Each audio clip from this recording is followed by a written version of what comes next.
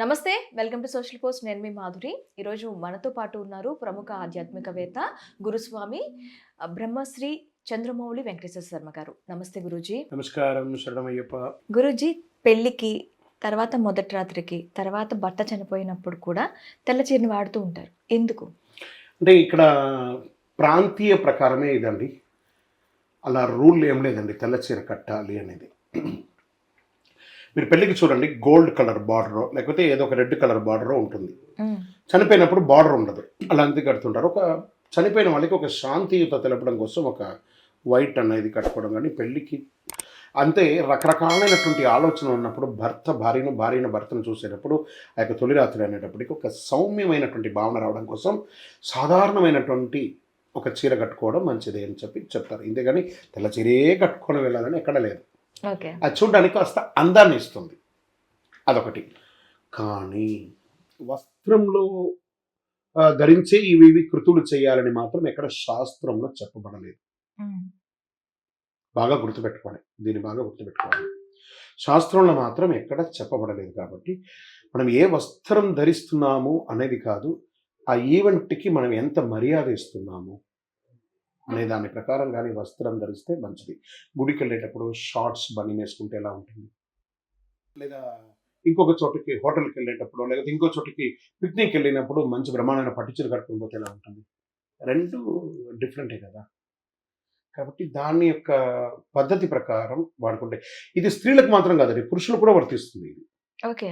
బ్రాహ్మణ పెళ్లిలో ఎలా చేస్తారంటే ప్రధానపు చీర అంటారు. ఈ ప్రధానపు చీరతోనే అది ఉతకరు.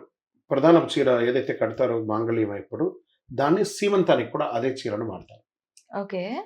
తర్వాత సీమంతమైన తర్వాత బారసాల వేస్తారు కదా, ఆ బారసాలకు ఉయ్యాల తీగగా కూడా అదే చీరను కడతారు.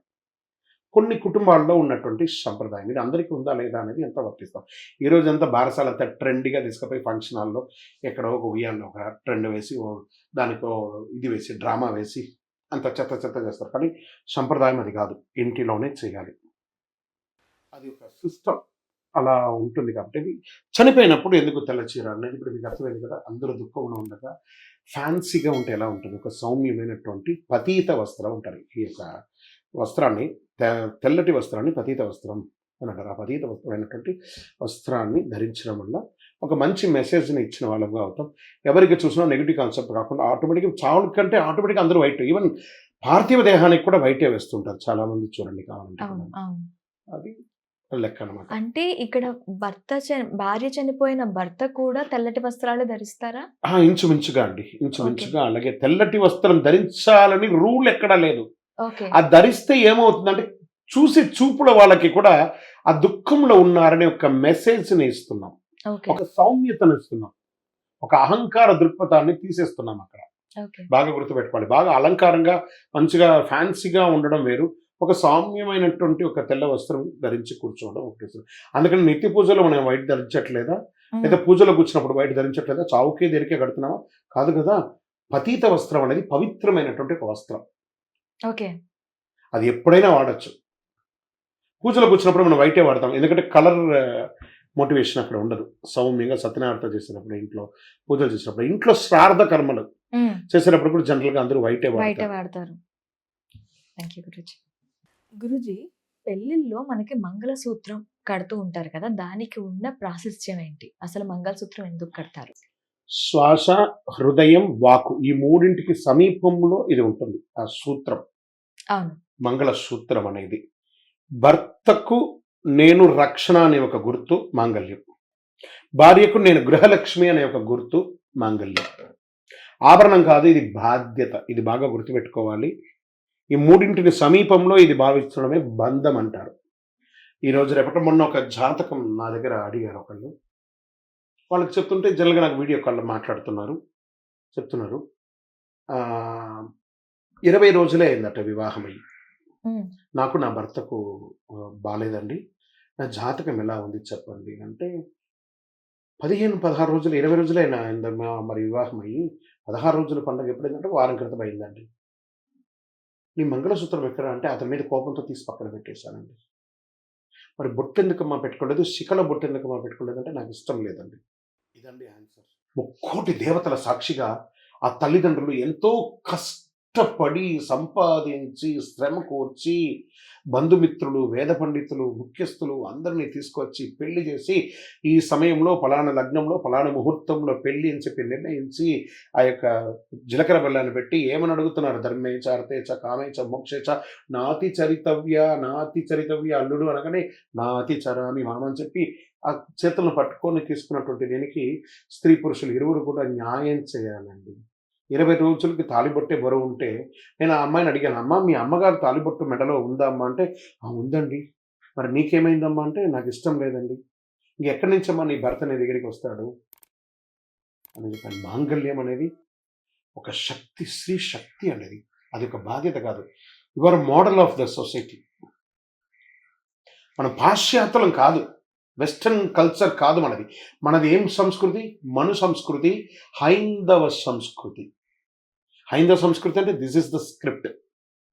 ఇది మారదు. ఇది బాగా గుర్తుపెట్టుకోవాలి. ఈరోజు ఈ ప్రశ్న వస్తుందా రాదా అని చెప్పి నేను అప్పటి నుంచి తాపత్రయపడుతున్నాను.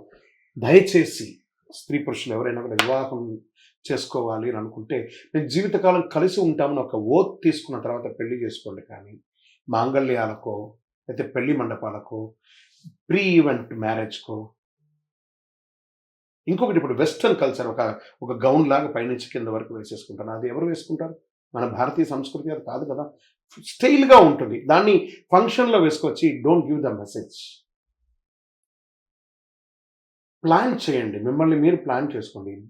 ఆ మాంగళ్య సూత్రం ఎవరు? సాక్షాత్ గౌరీ మాత, ఆది దంపతులు చేసే ఒక ఇది.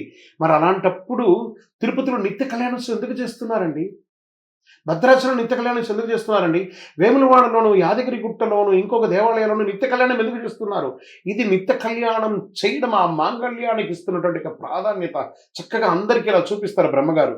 చూడండి, మాంగళ్యం తంతునా అని చెప్పి మంత్రం చెప్పి లోకరక్షక స్వామి వారు కడుతున్నారు. సాక్షాత్ బ్రహ్మగారు సాక్షాత్ రాముడు గాను సాక్షాత్ శివుడు గాను భావించి అమ్మవారికి మాంగళ్యం చేసి ఇమీడియట్గా తన యొక్క శిరస్సు ఉంచి పాదాలకు నమస్కరిస్తున్నారు. వెంటనే ఇక్కడ మగవాడు పెద్దవాడ చిన్నవాడ పెద్దవాడని కాదు, ఆయన మాంగళ్యం కట్టాడు. వెంటనే ఏం చేస్తున్నాడు? మెట్ట తీసుకొని స్త్రీ యొక్క పాదాలకు తొడుగుతున్నాడు.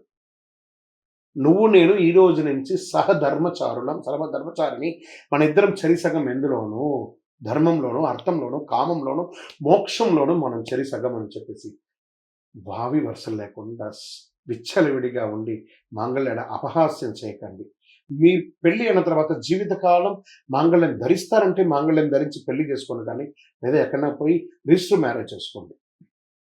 మాలాంటి వాళ్ళు, గొప్పవాళ్ళు, మంచివాళ్ళు, చెడ్డవాళ్ళు, గురువులు అందరూ వస్తారు కదండి దాంట్లో. అయ్యో మన ఆశీర్వాద బలం పోయిందా అని బాధపడాలా? లేదా వీళ్ళు బాగున్నారని సంతోషపడాలా? What is the message you are giving to the society? మీ నాన్నగారి ఆ పెళ్లి ఖర్చు పెట్టిన అప్పులు కూడా తీరలేదు. ఇంకా కొంతమందికి పెళ్లి ఖర్చు పెట్టిన ఇంకా అప్పులు తీర్చని సమయం కూడా ఉండే సమయంలోనే మీరు విడిపోతామంటున్నారండి. ఎక్కడి న్యాయం అండి ఇది? మాంగళ్యమే దానికి ఒక బంధం అండి. అది అలా వేయండి. మీ తల్లిదండ్రులు చూడండి, వాళ్ళు ఎలా ఉన్నారు. వాళ్ళ తల్లిదండ్రులు చూడండి, వాళ్ళు ఎలా ఉన్నారు. ఇప్పుడు జనరేషన్ చూడండి, వొకాబులరీ మారిపోయింది, మెంటల్ థింకింగ్ మారిపోయింది, ఇచ్చిపుచ్చుకునే మర్యాద మారిపోయింది. ఏమండి శ్రీవారిని పిలిచావు ఏ అంటున్నారు ఇప్పుడు భర్తను. భార్యను కూడా అతను ఏ అంటున్నాడు. అది కూడా తప్ప అనేది కాదు ఇక్కడ. పెద్ద చిన్నదే కాదు. సహధర్మచారి కూర్చొని మాట్లాడుకొని ప్రీ వెడ్డింగ్ షూట్ పోయి డ్రామాలు వేయకండి. ఆ శరీరాన్ని తాకేది తెర వెనుక జీలకర్ర బెల్లం పెట్టినప్పుడే ఒకళ్ళు పరస్పరం తాకాలనేది శాస్త్రం చెప్పబడుతుంది. అక్కడికి పోయి రకరకాల వ్యంగ్యావస్థలతో మళ్ళీ దాన్ని మాలాంటి వాళ్ళు వచ్చినప్పుడు దాన్ని ఒక పెద్ద స్క్రీన్లో వేసి ప్రీ వెడ్డింగ్ షోలో ఎలా చేశారని కొట్టాలనిపిస్తుందండి ఒక్కొక్కరిని. మీరు ఆంతరంగికంగా చేయాల్సిందంతా ఎవడో ఒక కెమెరామ్యాన్ ముందర చూపించి అన్ని చూపించి అంటాడు. అవసరమా ఈ దౌర్భాగ్యం అంతా? మాలాంటి చూపించడం ప్రీ వెడ్డింగ్ షూట్ అనే పేరుతో అదొక వ్యాపారం అయిపోయింది. తప్పలేదు, అదేదొక వ్యాపారం. కానీ పెళ్లి వ్యవస్థకు ఇది చాలా విరుద్ధం. ఒక పెళ్లిలో నేను ఆ మధ్య ఒకటి విన్నాను. బాబు నీకేం కట్నం కావాలి అని అడుగుతున్నారట ఒక పెళ్లికి. ఇది మంగళసూత్రానికి సంబంధించిన సబ్జెక్ట్ అంటే నేను చెప్తున్నాను, ఇది కొంచెం లెంగ్తీ సబ్జెక్ట్, వినే తీరాలి. కానీ ఇట్స్ ఐ ఓపెన్. బాబు నీకు ఏం కావాలయ్యా అని అడిగితే అతను నాకు కొన్ని కండిషన్స్ ఉన్నాయండి, ఆ కండిషన్స్ ఉంటేనే నేను పెళ్లి చేసుకుంటానండి అవును. అని అంటాడు. వినుంటారు మీరు. తప్పకుండా చెప్పయ్యా అంటే, స్టేజ్ మీద పెళ్లి చేసేటప్పుడు సంప్రదాయమైనటువంటి దుస్తులతోనే ఉండాలి. పాశ్చాత్య దుస్తులు ఎవరు వేసుకొని రాకూడదు. చెప్పులు ఆ సభ మీద వేసుకొని రాకూడదు. బ్రహ్మగారికి అవకాశం ఇయ్యాలి. వారు చెప్పే మంత్రాల్ని కెమెరామెన్స్ అంతా దూరంగా ఉండి షూట్ చేయాలి. కానీ మళ్ళీ తాలిబొట్టు కట్టినట్టు నటించు, జీలకర్ర బెల్లం పెట్టినట్టు నటించి ఇలాంటి డ్రామాలు చేయకూడదు. ఆహారంలో వెజిటేరియన్ ఆహారమే పెట్టాలి. పెళ్లి రోజు దుర్గా పూజ చేస్తాం, ముక్కోటి దేవతలు వస్తారు కాబట్టి ఇలాంటిదే పెట్టాలి. తల్లిదండ్రులు ఇద్దరు దంపతులు కూడాను చాలా కలిసి స్నేహపూర్వకంగా ఉండి పెళ్లి చేస్తేనే చేయాలి. మీ అమ్మాయి నాతో పాటు శాశ్వతంగా జీవిస్తుందని ఒక అగ్రిమెంట్ ఉండాలి. నేను కూడా ఆమెతో శాశ్వతంగా ఉంటానని చెప్పి అగ్రిమెంట్ ఇస్తాను. ఇలా అయితే నాకు పెళ్లి కావాలి, కానీ నా కట్న కానుకలు ఒక్కర్లేదు అన్నాడు. నిజంగా అతను అడిగినల్లా నిజమా కాదా? వాటికి విరుద్ధంగానే కదా ఇప్పుడు అన్ని జరుగుతున్నాయి. అవును. కానీ పెళ్లి అనేది ఒక 100 ఏళ్ల పంట అండి. ఆ దంపతులు ఒకళ్ళకొకళ్ళు కలిసి ప్రేమగా శ్రద్ధాభక్తులతో, ఈరోజు చూడండి చాలా పాశ్చాత్య అమ్మాయిలు హిందూ అబ్బాయిని పెళ్లి చేసుకుంటుంది. అంటే వాళ్ళు దాన్ని కావాలి, మాకు ఇలాంటిది కావాలి అని కోరికతో పెళ్లి చేసుకుంటున్నారు. మనమేమో పాశ్చాత్యులలాగా నటిస్తున్నాం. అది మనకు నచ్చింది కాబట్టి. ఇది ఎవరినో నొప్పించడానికో, ఎవరినో బాధ పెట్టడానికో ఉన్న విషయం కాదు. నేను చెప్తున్నది ఆలకించండి. ఫస్ట్ తల్లిదండ్రులు, అబ్బాయి తల్లిదండ్రులు, అమ్మాయి తల్లిదండ్రులు ఫస్ట్ అగ్రిమెంట్ వేసుకోండి, శాశ్వతంగా ఉంటాము. వాడిని వదిలేసి వచ్చేసాను, దాన్ని వదిలేసి వచ్చేసాను, ఇలా చెప్తారండి. వాడు దాన్ని, అదా మీరు? అందుకోసం మీకు వివాహం చేశారా మీ తల్లిదండ్రులు? కాదు కదా. అలా మంచి ఆలోచనతో ఉంటారంటే మంగళసూత్రం కట్టుకోండి. పెళ్లి అనే ఒక పవిత్రమైనటువంటి పండగను, అది దేవతా పూజలండి. ఎందుకు చెప్తారు? లక్ష్మీం సావధాన, లక్ష్మీం సావధాన అని చెప్పి ఆ అష్టకం, మంగళాష్టకం, ఆ కళ్యాణ అష్టకాన్ని చెప్పి ఎందుకండి వివాహం చేస్తారు?